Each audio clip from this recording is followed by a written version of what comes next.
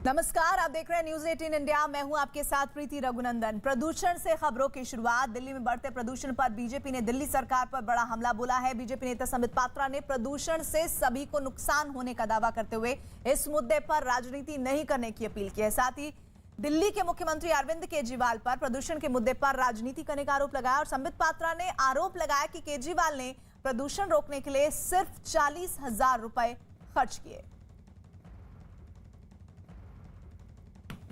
जवाब दिया है और जवाब में क्या क्या है मैं अभी आपको रखता हूं। ये डेट भी है इसमें 10/2/2021 फरवरी का है और उसमें अरविंद केजरीवाल जी ने बिल्कुल जवाब दिया है। बिना राजनीति किए हम इसमें कहना चाहेंगे कि अरविंद केजरीवाल जी ने कहा कि दिल्ली में सेंसस 2011 के अंतर्गत जो जमीन एग्रीकल्चरल लैंड है वो 30,000 हेक्टेयर है। 30,000 हेक्टेयर जमीन एग्रीकल्चर की है। उसमें से 800 हेक्टेयर में स्प्रे किया गया है bio decomposer solution free of cost दिया है बायो डिकम्पोजर। ये बायो डिकम्पोजर क्या है? पराली जो है वो पराली के ऊपर कुछ केमिकल डालने से वो पराली डिकम्पोज हो जाएगा जिससे वो प्रदूषण नहीं करेगा। तो 30,000 हेक्टेयर में से 800 हेक्टेयर में ये bio decomposer free of cost Arvind Kejriwal ji ने इस पे छिड़काव किया है।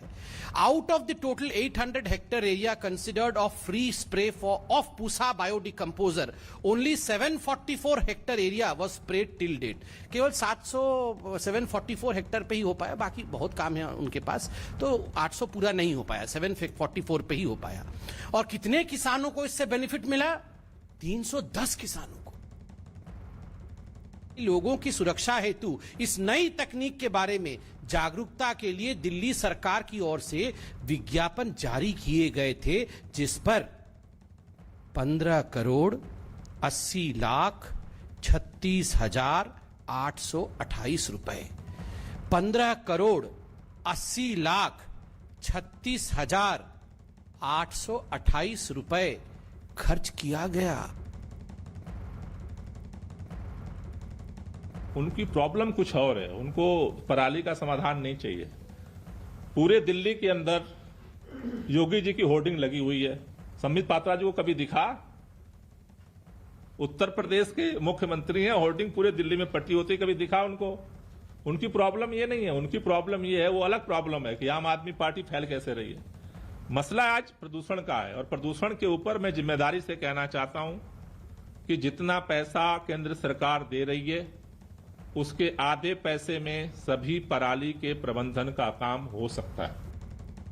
दिल्ली एनसीआर में प्रदूषण के मुद्दे पर आज सुप्रीम कोर्ट में सुनवाई हुई। इस सुनवाई के दौरान केंद्र सरकार के अलावा दिल्ली, पंजाब और हरियाणा सरकार के वकील भी मौजूद रहे। अब इस मामले पर अगली सुनवाई 24 नवंबर को होगी और इसी के साथ ही इस पूरी सुनवाई को लेकर सभी पक्षों ने अपनी बातों को रखा। लेकिन सबसे बड़ी समस्या ये कि कब मिलेगा प्रदूषण से मुक्ति, निपटारा कब होगा इस पूरी समस्या का, इसको लेकर सुनवाई अब 24 तारीख को होगी।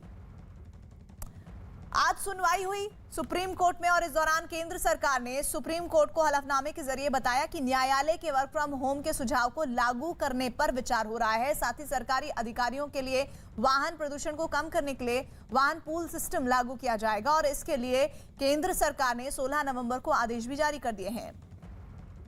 और सुप्रीम कोर्ट में प्रदूषण पर सुनवाई के दौरान दिल्ली सरकार से भी काफी सवाल पूछे गए। सुप्रीम कोर्ट ने सड़क के कूड़े की सफाई के लिए मशीनों पर सवाल पूछा, जिसके जवाब में दिल्ली सरकार के वकील अभिषेक मनु सिंघवी ने बताया कि नगर निगम ने सरकार से 15 मशीनें मांगी थी जो कि जा रही हैं और जिस पर सरकार से पूछा गया कि क्या इतनी मशीनों से हो जाएगा, जिसके जवाब में दिल्ली सरकार की तरफ से भरोसा दिलाया गया कि जितनी भी मशीनें मांगी जाएंगी उन्हें दे दिया जाएगा। सुप्रीम कोर्ट ने किसानों से बात करने पर भी दिल्ली सरकार से सवाल किया, जिस पर दिल्ली सरकार ने किसानों की मदद करने की अपील की है। सुप्रीम कोर्ट ने दिल्ली सरकार से पूछा कि क्या आप ज्यादा सीएनजी बसें नहीं चला सकते, जिस पर दिल्ली सरकार ने कहा कि चलाई जा सकती हैं लेकिन इसे लागू करने में वक्त लगेगा। दिल्ली एनसीआर में प्रदूषण खतरनाक स्तर पर पहुंचने के बाद केंद्रीय वायु गुणवत्ता आयोग की बैठक हुई है। दिल्ली, यूपी, हरियाणा और राजस्थान के साथ हुई इस बैठक में कई बड़े फैसले लिए गए हैं और इन फैसलों के मुताबिक दिल्ली एनसीआर के सभी स्कूल, कॉलेज और शैक्षणिक संस्थान अगले आदेश तक बंद रहेंगे। जबकि दिल्ली एनसीआर के सभी सरकारी कार्यालयों में 21 नवंबर तक 50% स्टाफ को ही आने की इजाजत होगी। दिल्ली एनसीआर में सरकार की तरफ से सभी निजी कंपनियों को भी 21 नवंबर तक 50% कर्मचारियों को वर्क फ्रॉम होम करने के लिए प्रेरित किया जाएगा। जरूरी सेवाओं में लगे ट्रकों को छोड़कर बाकी ट्रकों को 21 नवंबर तक दिल्ली में प्रवेश नहीं दिया जाएगा। 15 साल से ज्यादा पुराने पेट्रोल के वाहन और 10 साल से ज्यादा पुराने डीजल के वाहनों पर तुरंत रोक के आदेश हैं। बिना प्रदूषण के जांच करवाए सड़कों पर चल रहे वाहनों पर रोक के आदेश हैं। दिल्ली सरकार से सड़कों पर पर्याप्त सीएनजी बसें उपलब्ध कराने के आदेश हैं। दिल्ली की 300 किलोमीटर के दायरे में 30 नवंबर तक कुल 11 में 5 थर्मल प्लांट ही चलाने के आदेश हैं। दिल्ली के परिवहन मंत्री कैलाश गहलोत ने दावा किया है कि वो कम से कम समय में और इवन लागू करने को तैयार है। नहीं, ऑड इवन के लिए दिल्ली सरकार हमेशा तैयार रहती है। ऑड इवन तो पूरे देश को माननीय सीएम अरविंद केजरीवाल जी के नेतृत्व में इसको इतने बड़े लेवल पे दिल्ली में ही इम्प्लीमेंट किया था। अब ग्रैब का पार्ट है, कोर्ट्स भी उसको अलग अलग जो स्टेट्स हैं उसको बोलती हैं। तो वी आर एब्सोल्युटली रेडी। जब भी अगर जरूरत पड़ेगी तो हम मिनिमम टाइम के नोटिस पे हम ऑड इवन लागू करने के लिए तैयार हैं। दिल्ली के पर्यावरण मंत्री ने भी दिल्ली के प्रदूषण रोकने के लिए सख्ती बरतने का ऐलान किया है। दिल्ली के अंदर गैस के अलावा जो भी इंडस्ट्री चल रही है उस पर पूरी तरह से बैन रहेगा और उसके लिए टीमें इंस्पेक्शन करेंगी। अगर कोई भी पोल्यूटेड फ्यूल पे अगर इंडस्ट्री चल रही है तो उसके ऊपर तुरंत कार्रवाई की जाएगी। दिल्ली में 21 तारीख तक कंस्ट्रक्शन और डिमोलिशन कार्य पर बैन रहेगा। दिल्ली के अंदर 100% सरकारी विभागों में वर्क फ्रॉम होम रहेगा। 21 तारीख तक एक्सटेंड कर दिया गया है। दिल्ली में school, college, institutes, training centres, library ये सभी फर्दर ऑर्डर तक बंद रहेंगे। हरियाणा सरकार ने भी सुप्रीम कोर्ट में हलफनामा दाखिल किया है। हरियाणा सरकार ने कोर्ट को बताया कि गुरुग्राम, फरीदाबाद, झज्जर, सोनीपत में स्कूल और दफ्तर बंद कर दिए गए हैं। साथ ही सरकारी और निजी दफ्तर को वर्क फ्रॉम होम का सुझाव दिया गया है। इस फैसले से सड़कों से 30% गाड़ियां कम होने की उम्मीद है, जबकि 15 साल से पुरानी गाड़ियों को भी जांच की जा रही है। हरियाणा सरकार ने कोर्ट को बताया है कि राज्य में कूड़े को सार्वजनिक जगह पर नहीं जलाया जाएगा और पराली भी नहीं जलाई जाएगी। तो हरियाणा सरकार का हलफनामा, जिसमें झज्जर, सोनीपत में भी स्कूल बंद रखने के आदेश दिए गए हैं और निजी दफ्तरों को घर से काम की सलाह दी गई है। ये सुझाव उन्हें पालन करना चाहिए, ऐसी उम्मीद की जा रही है। 15 साल से पुरानी गाड़ियों पर सख्ती की बात की जा रही है। सार्वजनिक जगह पर कूड़ा जलाने पर भी रोक की बात की गई है। कोई ना कोई तो उपाय करना होगा, जिसमें गुरुग्राम, फरीदाबाद में स्कूल बंद रखने की तैयारी। इस बीच बड़ी खबर आ रही है, पाकिस्तान की संसद में बिल पास हुआ है जिसके मुताबिक कुलभूषण जाधव को अपील का अधिकार मिल गया है। कुलभूषण जाधव, जिसको लेकर लगातार भारत की तरफ से एक लंबी लड़ाई लड़ी जाती रही है, कुलभूषण जाधव को अपील का अधिकार, पाकिस्तान की संसद में यह बिल पास हुआ है जिसके मुताबिक कुलभूषण जाधव को अपील का अधिकार मिल गया है। अभी तक कुलभूषण जाधव के अधिकारों को लेकर एक तरह से हम देख रहे थे बहुत ही नकारात्मक रुख पाकिस्तान की तरफ से नजर आ रहा था, लेकिन अभी जो जानकारी आ रही है, ब्रेकिंग न्यूज ये कि पाकिस्तान की संसद में बिल पास हुआ है जिसके मुताबिक कुलभूषण जाधव को अपील का अधिकार मिल गया है। इस अपील के अधिकार के साथ ही कुलभूषण जाधव के लिए वो रास्ते खुल गए हैं, वो विकल्प खुल गए हैं जिसके जरिए वो अपनी लड़ाई लड़ सकते हैं। अभी तक पाकिस्तान में उनके अधिकारों को लेकर कई तरह की पाबंदियों की बात की जा रही थी। अमित हमारे साथ, हमारे सहयोगी इस बिग ब्रेकिंग पर जुड़ गए हैं। अमित, क्या क्या बातें आई हैं इस बिल में? और देखिए, पाकिस्तान असेंबली में जो ये बिल पास हुआ है, इसके मुताबिक इंटरनेशनल कोर्ट ऑफ जस्टिस है, उसकी रूलिंग है, उसकी रूलिंग को मान्यता देता है पाकिस्तान का सिस्टम, पाकिस्तान की असेंबली, और इसके तहत कुलभूषण जाधव है, अब उन्हें वह समस्त अधिकार मिल गए हैं जिसके तहत वो अपील कर सकते हैं उनको जो सजा मिली है। तो बहुत बड़ी राहत है। इससे पहले उनको सख्त सजा दी गई थी, मौत की सजा दी गई थी, और इसके बाद अब इस कानून के पास होने के बाद उनको वो अधिकार मिल जाएगा ताकि वह अपनी कानूनी जंग लड़ सके। और इसके साथ ही वो रास्ते भी खुल जाएंगे जिसमें बार बार ये कहा जा रहा था कि पाकिस्तान अपनी जिद पर अड़ा हुआ था। कम से कम एक हम कह सकते हैं कि पक्ष आगे बढ़ता हुआ कुलभूषण जाधव के तौर पर हम इस बिल को देख सकते हैं।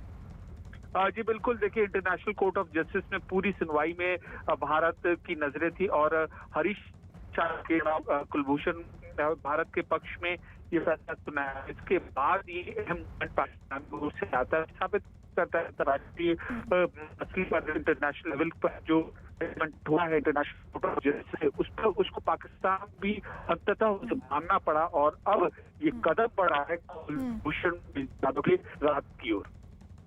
जी अमित, शुक्रिया इस जानकारी के लिए। पाक संसद में जाधव को अपील का अधिकार मिला है और इसमें आगे उन्हें अपनी लड़ाई लड़ने में आसानी होगी और अंतर्राष्ट्रीय कोर्ट के आधार पर पाकिस्तान में ये संसद में बिल पास करने को मजबूर होना पड़ा है और उसके बाद अब भारत के लिए ये एक बहुत अहम खबर हो जाती है क्योंकि कुलभूषण को लड़ाई लड़ने में ये बिल बहुत मददगार साबित होगा। इधर वापस आते हैं हम पंजाब, प्रदूषण और हरियाणा साथ ही केंद्र इसके अलावा दिल्ली के रुख को लेकर क्या जानकारी आ रही है।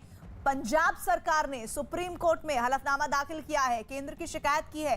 पंजाब सरकार ने केंद्र पर सहयोग न करने का आरोप लगाया है। पंजाब ने मांग की है कि उसे केंद्र 100 रुपए प्रति क्विंटल के हिसाब से पराली को नष्ट करने के लिए पैसा दे, लेकिन केंद्र सरकार ऐसा नहीं कर रही। तो पंजाब सरकार ने सख्ती के साथ अपनी बात को सुप्रीम कोर्ट में रखा है। जिस खबर के मुताबिक जानकारी ये कि पंजाब सरकार ये कह रही है कि उसे प्रति क्विंटल पराली जलाए जाने के हिसाब से जो पैसा मांगा जा रहा है वो नहीं दिया जा रहा है। वो पैसा केंद्र 100 रुपए प्रति क्विंटल के हिसाब से दे पराली को नष्ट करने के लिए, लेकिन सुप्रीम कोर्ट ने उसने ये बात कही कि केंद्र सरकार ऐसा पैसा नहीं दे रहा है। प्रदूषण पर पंजाब के मुख्यमंत्री चरणजीत सिंह चन्नी ने भी चिंता जताई है और किसानों से पराली न जलाने की अपील की है। ਅੱਗੇ ਤੋਂ ਅਸੀਂ ਚਾਹੁੰਦੇ ਹਾਂ ਕਿ ਪਰਾਲੀ ਨੂੰ ਕੋਈ ਕਿਸਾਨ ਅੱਗ ਨਾ ਲਾਵੇ ਤੇ ਇਸ ਗੱਲ ਦੀ ਸਖਤੀ ਵੀ ਸਰਕਾਰ ਕਰੇਗੀ। ਲੇਕਿਨ ਅੱਜ ਤੱਕ ਪੁਰਾਣੇ ਜੇ ਕੋਈ ਪਰਾਲੀ ਦੇ ਨਾਲ ਸੰਬੰਧਿਤ ਕਿਸੇ ਤੇ ਪਰਚਾ ਹੈ ਅੱਗ ਲਾਉਣ ਲਈ ਉਹ ਅਸੀਂ ਕੈਂਸਲ ਕਰ ਰਹੇ ਹਾਂ।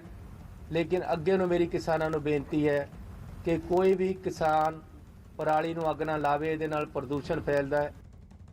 उधर दिल्ली में प्रदूषण बढ़ने पर डॉक्टरों में लोगों से कम घर से बाहर निकलने की अपील की है, मास्क का इस्तेमाल करने की सलाह दी है और क्या हिदायत है सुनिए।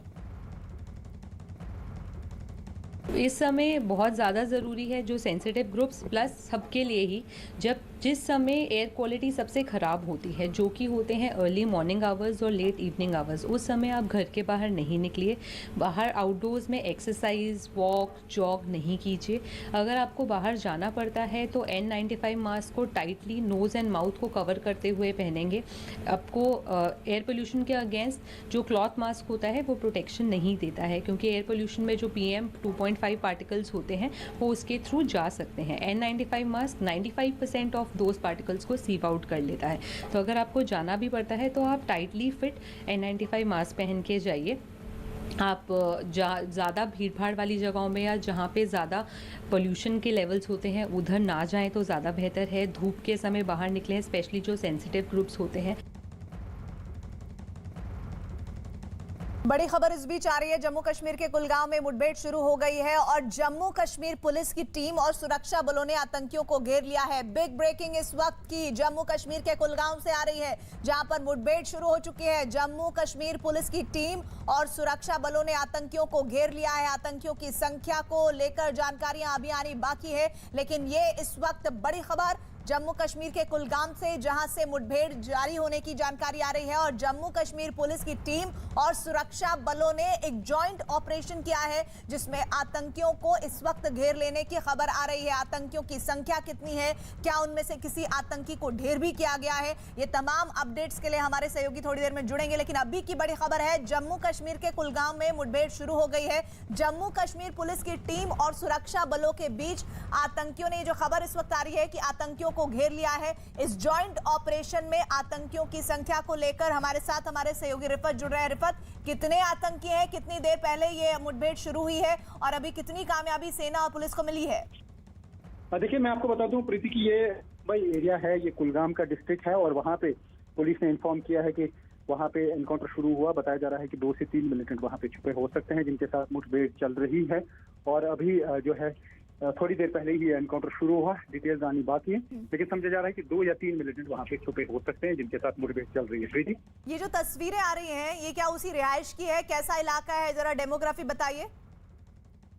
और देखिए, ये रिहायशी इलाका है पूरा, खासतौर से कुलगाम डिस्ट्रिक्ट, और आपको मालूम है कि ये साउथ कश्मीर का एक इलाका है जहाँ पे काफी सारे एनकाउंटर अभी तक हुए हैं और मिलिटेंट्स की संख्या भी वहां पर ही ज्यादा है। साउथ कश्मीर के चारों डिस्ट्रिक्ट्स में, चाहे वो शुपाया हो, कुलगाम हो, पुलवामा हो या अनंतनाग हो, और वहां पर ही जैसे मैंने कहा कि बम्बई विलेज का नाम है जहाँ पे ये मुठभेड़ चल रही है। जी रिफत, आप मेरे साथ बने रहिएगा। इस बीच में बता दूं एक बार फिर से हमारे व्यूअर्स को जो इस वक्त हमारे साथ जुड़े हैं, जम्मू कश्मीर के कुलगाम में मुठभेड़ शुरू होने की जानकारी मिल रही है। जम्मू कश्मीर पुलिस की टीम और सुरक्षा बलों ने ये जॉइंट ऑपरेशन किया है, जिसके तहत आतंकियों को घेर लिया गया है। आतंकियों की संख्या के बारे में जानकारी मिल रही है कि 2 से 3 इनकी संख्या हो सकती है।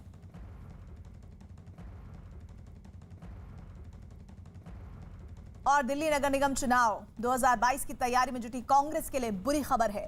कांग्रेस के वरिष्ठ नेता और दिल्ली विधानसभा के पूर्व अध्यक्ष योगानंद शास्त्री ने एनसीपी का दामन थाम लिया है। 76 साल के योगानंद शास्त्री ने एनसीपी प्रमुख शरद पवार की मौजूदगी में पार्टी की सदस्यता ग्रहण की। पार्टी अध्यक्ष पवार ने उन्हें सदस्यता दिलवाई और गुलदस्ता देकर स्वागत किया। उन्होंने 2020 में कांग्रेस पार्टी से इस्तीफा दिया था।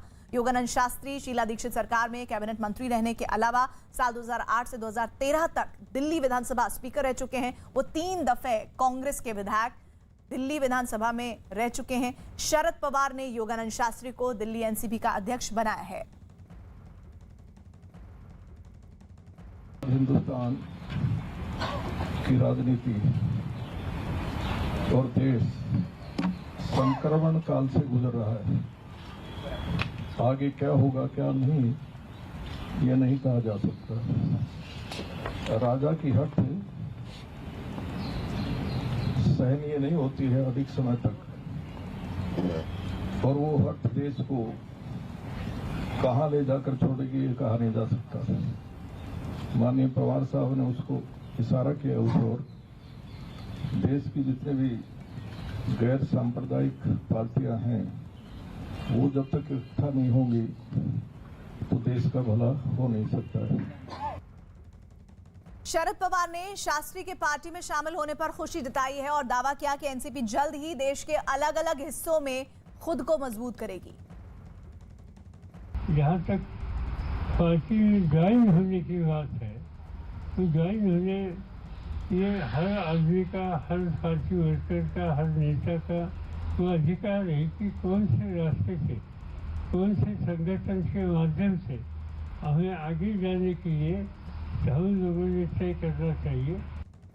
नेशनलिस्ट कांग्रेस पार्टी देश में सबसे बीजेपी के खिलाफ लड़ने का, बाकी सारा पार्टी को ज्वाइन करके एक गठबंधन बनने का काम, उसका लीडरशिप शरद पवार जी ले रहे हैं।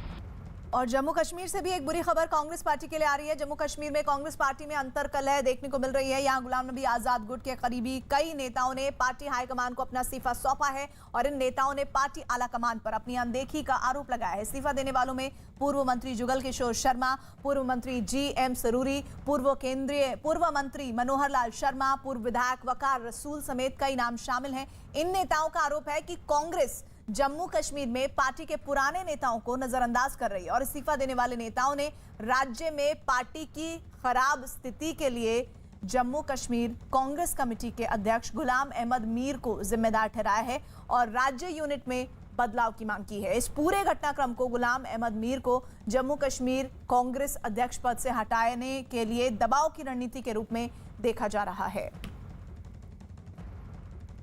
लगभग 200 लोग जो हैं वो पिछले दिनों कुछ दिनों से जो है वो पार्टी छोड़ चुके हैं और इसी मकसद को लेकर हम पार्टी हाईकमान को बार बार लिखते आए हैं कि जम्मू कश्मीर की प्रदेश इकाई के बारे में कुछ ध्यान दें और प्रदेश इकाई को चेंज करें ताकि आने वाले दिनों में हम कांग्रेस की तरफ से अच्छी परफॉर्मेंस कर सके और यहाँ पे सरकार बना सके। लेकिन हाईकमान ने इस पर कोई नहीं संज्ञान लिया गया। हालांकि गुलाम नबी आजाद से जब इस मामले में सवाल पूछा गया तो उन्होंने इस मामले में किसी तरह की जानकारी होने से इनकार किया।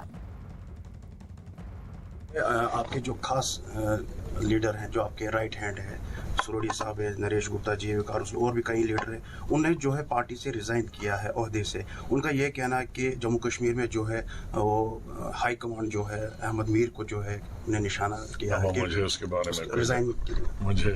में कोई जानकारी नहीं। किससे जोड़ता है, किस लीडर को किस तरह से मारना है दूसरी पार्टी के, तो फिर तो नुकसान होगा, फिर वो जमहूरियत के खिलाफ है।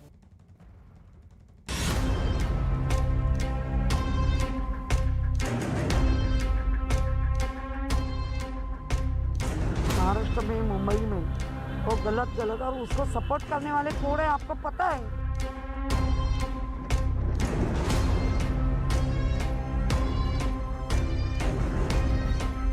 महात्मा गांधी के ऊपर कोई इस तरह का वक्तव्य आए, ये राष्ट्रद्रोह के बराबर है। ये कोई बहुत महत्वपूर्ण न तो हमारे लिए है और न देश के लिए।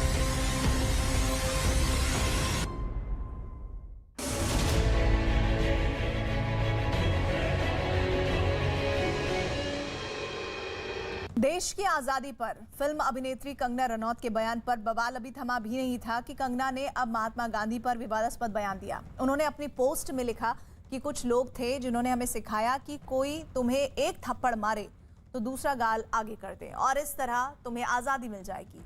आगे कंगना ने लिखा, इस तरह आजादी नहीं मिलती, इस तरह सिर्फ भीख मिलती है। अपने नायक को बुद्धिमानी से चुने। कंगना के बयान पर महात्मा गांधी के पड़पोते तुषार गांधी ने भी बयान दिया है। उन्होंने कंगना पर सुर्खियों में बने रहने के लिए उल जलूल बयान देने का आरोप लगाया है। दो तस्वीर आपको हम दिखा रहे हैं। बापू पर उनकी टिप्पणी जिस पर विवाद खड़ा हो गया है और बापू के पड़पोते तुषार गांधी ने उन पर तल्ख टिप्पणी करते हुए सुर्खियों में बने रहने का आरोप लगाया है और साथ ही तमाम विपक्षी पार्टियों समेत बीजेपी ने भी इस बयान से किनारा किया है। गांधी जी पर दिए विवादास्पद बयान पर शिवसेना नेता संजय राउत और एनसीपी नेता नवाब मलिक ने कंगना को आड़े हाथ लिया है, तो वहीं कांग्रेस नेता नाना पटोले ने कंगना के खिलाफ केस दर्ज कराने की मांग की है। जिस तरह से इस तरह के जो राष्ट्रद्रोह के वक्तव्य करने वालों को तवज्जो ना दे और ये पाप में भागीदार ना बने, क्योंकि ये तो एक प्रकार का महात्मा गांधी के ऊपर कोई इस तरह का वक्तव्य आए, ये राष्ट्रद्रोह के बराबर है। हमारे माजी मंत्री नसीम खान जी ने उसको अभी पुलिस में केस दायर किया है। हम कानून उसके ऊपर पूरी ये करेंगे और इस तरह का वक्तव्य कांग्रेस कभी सहन नहीं करेगा। कश्मीर में पंडितों की हत्या हो रही है और बहुत कुछ देश में चल रहा है और ये मैडम को मालूम होना चाहिए कि आज देश की हालत क्या है। महात्मा गांधी विश्व के नायक थे, वो इस संग्राम के नायक थे।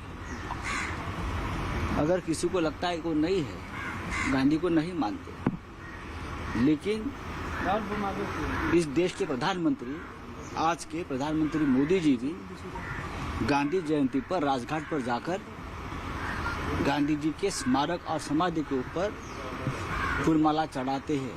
कंगना रनावत ने महात्मा गांधी जी के को लेकर अपमानजनक बातें कही है। हमें लगता है एक पूरी तरह से सुनियोजित तरीके से देश में महात्मा गांधी हो, पंडित जवाहरलाल नेहरू हो और जो देश के स्वतंत्र सेनानी है, उनका चरित्र हनन करने का काम किया जा रहा है, उन्हें बदनाम करने का काम किया जा रहा है, गलत इतिहास बताकर लोगों के सामने पेश किया जा रहा है। उसी श्रृंखला में कंगना रनावत ने बातें की है।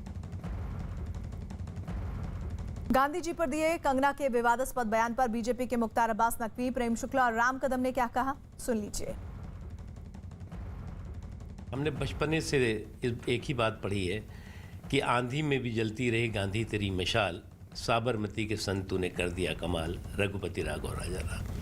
ये बात तो हमने पढ़ी है। महात्मा गांधी को आप जितना पढ़ेंगे, जितना समझेंगे, उतनी उनके प्रति श्रद्धा आपकी बढ़ेगी। उसके अलावा कौन क्या कहता है, कौन क्या नहीं कहता, ये कोई बहुत महत्वपूर्ण न तो हमारे लिए है और न देश के लिए। उनका इतिहास बहुत तो मुझे नहीं पता है, लेकिन गांधी, भगत सिंह और बोस के बीच में किसी प्रकार का मनभेद था ऐसा लगता नहीं। तो बहुत ही हास्यास्पद आरोप है। बापू ने हमेशा जो है त्याग को ही प्राथमिकता दी। चालाक भी बापू को उन्होंने बताया है। देखिए, चालाक होना कोई गलत बात नहीं, धूर्त नहीं होना चाहिए। तो बापू जो है निश्चित तौर पर बुद्धिमान व्यक्ति थे।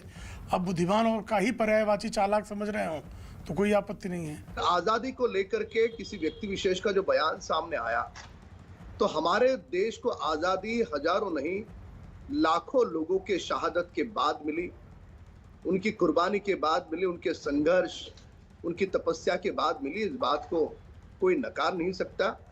तो इस कारण जो भी किसी व्यक्ति विशेष ने बयान किया है उसका समर्थन नहीं हो सकता। हाल ही में कंगना ने देश की आजादी को लेकर बड़ा बयान दिया था, जिसे लेकर काफी बवाल मचा। दरअसल कंगना ने 1947 में मिली देश की आजादी को भीख में मिली आजादी बताया था। कंगना ने दावा किया कि भारत को असली आजादी 2014 में मिली थी, मोदी सरकार के सत्ता में आने पर आजादी मिली। कंगना के मुताबिक 1947 में मिली आजादी भीख में मिली थी। साथ ही उन्होंने सवाल पूछा, भीख में मिली आजादी आजादी कैसे हो सकती है? कंगना के इस बयान के बाद लगभग सभी विपक्षी पार्टियों ने कंगना रनौत के खिलाफ मोर्चा खोल दिया था और कई शहरों में उनका विरोध करने के लिए लोग सड़कों पर उतर आए थे। कंगना रनौत एक ऐसी एक्ट्रेस हैं जो फिल्मों से ज्यादा अपने बयानों से सुर्खियों में रहती हैं। वो अक्सर किसी ना किसी मुद्दे पर अपने विचार साझा करती हैं, जिससे बड़ा विवाद हो जाता है। पहला विवाद उस वक्त सामने आया साल 2016 में। उन्होंने ऋतिक रोशन से अपने रिश्तों पर खुलकर बात की और ऋतिक रोशन पर जमकर हमले भी किए। उसके बाद कंगना ने करण जौहर को मूवी माफिया बता दिया था, जिस पर काफी हंगामा हुआ। इसके बाद सुशांत राजपूत के निधन को हत्या बताने वाले कंगना के बयान ने भी काफी सुर्खियां बटोरी थी। जबकि मुंबई की तुलना पीओके से करने के कंगना रनौत के बयान पर भी काफी विवाद हुआ था और शिवसेना ने उनके इस बयान की काफी आलोचना की थी।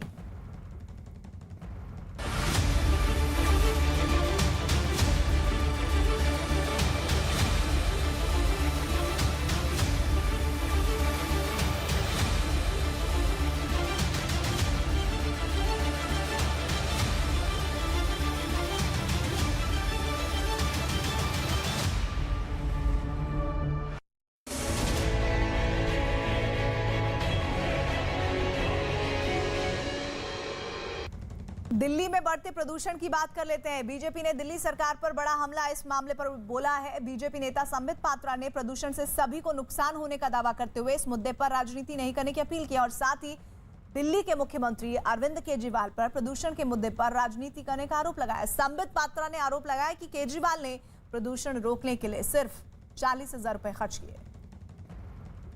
तो अरविंद केजरीवाल जी की सरकार ने देखिए अच्छी बात जवाब दिया है और जवाब में क्या क्या है मैं अभी आपको रखता हूं। ये डेट भी है इसमें 10/2/2021 फरवरी का है और उसमें अरविंद केजरीवाल जी ने बिल्कुल जवाब दिया है। बिना राजनीति किए हम इसमें कहना चाहेंगे कि अरविंद केजरीवाल जी ने कहा कि दिल्ली में सेंसस 2011 के अंतर्गत जो जमीन एग्रीकल्चरल लैंड है वो 30,000 हेक्टर है।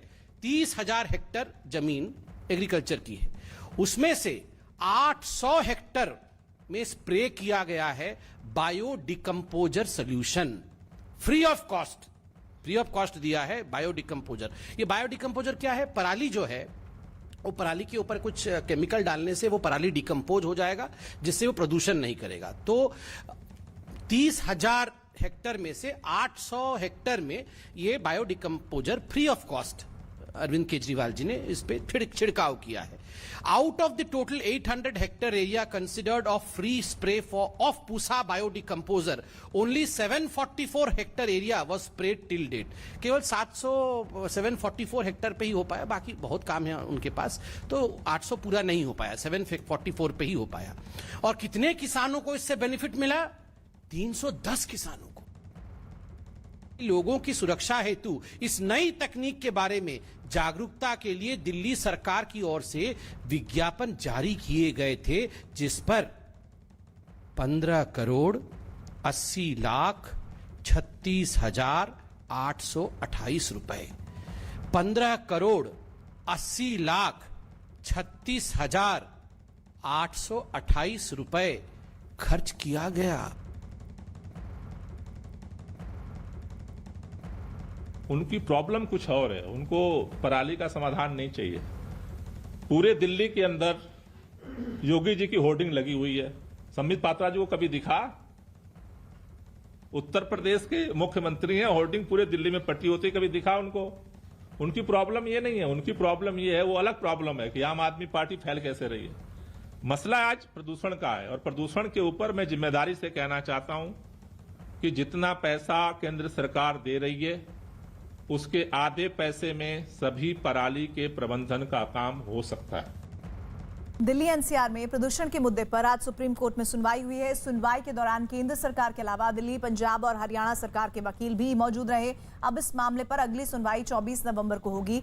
आज हुई सुनवाई के दौरान जो बातें सामने आई हैं उस पर नजर डालें। उससे पहले आपको बता दें कि सभी पक्षों ने अपनी बात को कोर्ट के सामने रखा है और अगली सुनवाई इस मामले पर अब होगी 24 नवंबर को। आज 17 नवंबर को है और ऐसे में समझ लीजिए कि हालात में ज्यादा बदलाव नहीं हो रहा है और जो सबसे बड़ी चुनौती दिल्ली और आसपास के इलाकों के लिए बनी हुई है।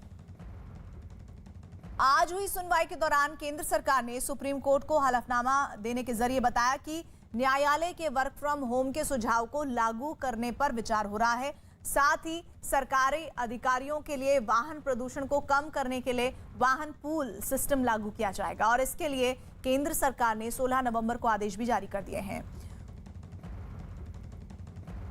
सुप्रीम कोर्ट में प्रदूषण पर सुनवाई के दौरान दिल्ली सरकार से भी काफी सवाल जवाब हुए। सुप्रीम कोर्ट ने सड़क के कूड़े की सफाई के लिए मशीनों पर सवाल पूछा, जिसके जवाब में दिल्ली सरकार के वकील अभिषेक मनु सिंघवी ने बताया कि नगर निगम ने सरकार से 15 मशीनें मांगी थी जो दी जा रही हैं, जिस पर सरकार ने पूछा कि क्या इतनी मशीनों से हो जाएगा, जिसके जवाब में दिल्ली सरकार की तरफ से भरोसा दिलाया गया कि जितनी भी मशीनें मांगी जाएंगी उन्हें दे दिया जाएगा। सुप्रीम कोर्ट ने किसानों से बात करने पर भी दिल्ली सरकार से सवाल किया, जिस पर दिल्ली सरकार ने किसानों की मदद करने की अपील की। सुप्रीम कोर्ट ने दिल्ली सरकार से पूछा कि क्या आप ज्यादा सीएनजी बसें नहीं चला सकते हैं, जिस पर दिल्ली सरकार ने कहा कि चलाई जा सकती हैं लेकिन इसे लागू करने में वक्त लगेगा।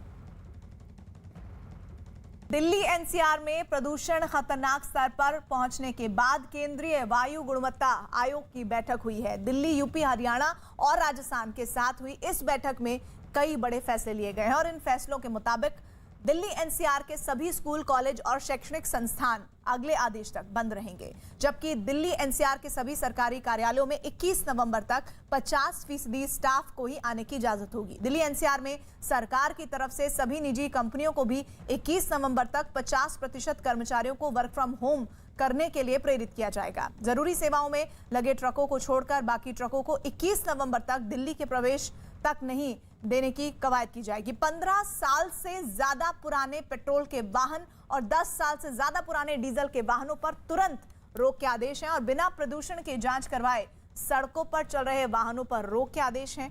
दिल्ली सरकार से सड़कों पर पर्याप्त सीएनजी बसें उपलब्ध कराने के आदेश हैं। दिल्ली के 300 किलोमीटर के दायरे में 30 नवंबर तक कुल 11 में 5 थर्मल प्लांट ही चलाने के आदेश हैं। दिल्ली के परिवहन मंत्री कैलाश गहलोत ने दावा किया है कि वो कम से कम समय में ऑड इवन नियम लागू करने को तैयार है। नहीं, ऑड इवन के लिए दिल्ली सरकार हमेशा तैयार रहती है। ऑड इवन तो पूरे देश को माननीय सीएम अरविंद केजरीवाल जी के नेतृत्व में इसको इतने बड़े लेवल पे दिल्ली में ही इम्प्लीमेंट किया था। अब ग्रैब का पार्ट है, कोर्ट्स भी उसको अलग अलग जो स्टेट्स हैं उसको बोलती हैं। तो वी आर एब्सोल्युटली रेडी। जब भी अगर जरूरत पड़ेगी तो हम मिनिमम टाइम के नोटिस पे हम ऑड इवन लागू करने के लिए तैयार हैं। और दिल्ली के पर्यावरण मंत्री ने भी दिल्ली में प्रदूषण रोकने के लिए सख्ती बरतने का ऐलान किया है। दिल्ली के अंदर गैस के अलावा जो भी इंडस्ट्री चल रही है उस पर पूरी तरह से बैन रहेगा और उसके लिए टीमें इंस्पेक्शन करेंगी। अगर कोई भी पोल्यूटेड फ्यूल पे अगर इंडस्ट्री चल रही है तो उसके ऊपर तुरंत कार्रवाई की जाएगी। दिल्ली में 21 तारीख तक कंस्ट्रक्शन और डिमोलिशन कार्य पर बैन रहेगा। दिल्ली के अंदर 100% सरकारी विभागों में वर्क फ्रॉम होम रहेगा। 21 तारीख तक एक्सटेंड कर दिया गया है। दिल्ली में school, college, institutes, training centres, library ये सभी फर्दर ऑर्डर तक बंद रहेंगे। हरियाणा सरकार ने भी सुप्रीम कोर्ट में हलफनामा दाखिल किया है। हरियाणा सरकार ने कोर्ट को बताया कि गुरुग्राम, फरीदाबाद, झज्जर, सोनीपत में स्कूल और दफ्तर बंद कर दिए गए हैं। साथ ही सरकारी और निजी दफ्तर को वर्क फ्रॉम होम का सुझाव दिया गया है। इस फैसले से सड़कों से 30% गाड़ियां कम होने की उम्मीद है, जबकि 15 साल से पुरानी गाड़ियों की भी जांच की जा रही है। हरियाणा सरकार ने कोर्ट को बताया कि राज्य में कूड़े को सार्वजनिक जगह पर नहीं जलाया जाएगा और पराली भी नहीं जलाई जाएगी। पंजाब सरकार ने भी सुप्रीम कोर्ट में हलफनामा दाखिल कर केंद्र की शिकायत की है। पंजाब सरकार ने केंद्र पर सहयोग न करने का आरोप लगाया है। पंजाब ने मांग की है कि उसे केंद्र 100 रुपए प्रति क्विंटल के हिसाब से पराली को नष्ट करने के लिए पैसा दे, लेकिन केंद्र ऐसा नहीं कर रही है। प्रदूषण पर पंजाब के मुख्यमंत्री चरणजीत सिंह चन्नी ने भी चिंता जताई और किसानों से पराली न जलाने की अपील की। ਅੱਗੇ ਤੋਂ ਅਸੀਂ ਚਾਹੁੰਦੇ ਹਾਂ ਕਿ ਪਰਾਲੀ ਨੂੰ ਕੋਈ ਕਿਸਾਨ ਅੱਗ ਨਾ ਲਾਵੇ ਤੇ ਇਸ ਗੱਲ ਦੀ ਸਖਤੀ ਵੀ ਸਰਕਾਰ ਕਰੇਗੀ। ਲੇਕਿਨ ਅੱਜ ਤੱਕ ਪੁਰਾਣੇ ਜੇ ਕੋਈ ਪਰਾਲੀ ਦੇ ਨਾਲ ਸੰਬੰਧਿਤ ਕਿਸੇ ਤੇ ਪਰਚਾ ਹੈ ਅੱਗ ਲਾਉਣ ਲਈ, ਉਹ ਅਸੀਂ ਕੈਂਸਲ ਕਰ ਰਹੇ ਹਾਂ। ਲੇਕਿਨ ਅੱਗੇ ਨੂੰ ਮੇਰੀ ਕਿਸਾਨਾਂ ਨੂੰ ਬੇਨਤੀ ਹੈ ਕਿ ਕੋਈ ਵੀ ਕਿਸਾਨ ਪਰਾਲੀ ਨੂੰ ਅੱਗ ਨਾ ਲਾਵੇ, ਇਹਦੇ ਨਾਲ ਪ੍ਰਦੂਸ਼ਣ ਫੈਲਦਾ ਹੈ। यूपी में चुनावी घमासान के बीच आज कई दिग्गज मैदान में उतरे हैं। झांसी में मुख्यमंत्री योगी आदित्यनाथ ने राष्ट्र रक्षा समर्पण पर्व में हिस्सा लिया, तो गाजीपुर में अखिलेश यादव ने पूर्वांचल एक्सप्रेसवे पर रैली के जरिए शक्ति प्रदर्शन की कोशिश की। वहीं चित्रकूट में प्रियंका गांधी ने महिलाओं के साथ शक्ति संवाद कार्यक्रम में हिस्सा लिया और चुनावी वादे भी दोहराए।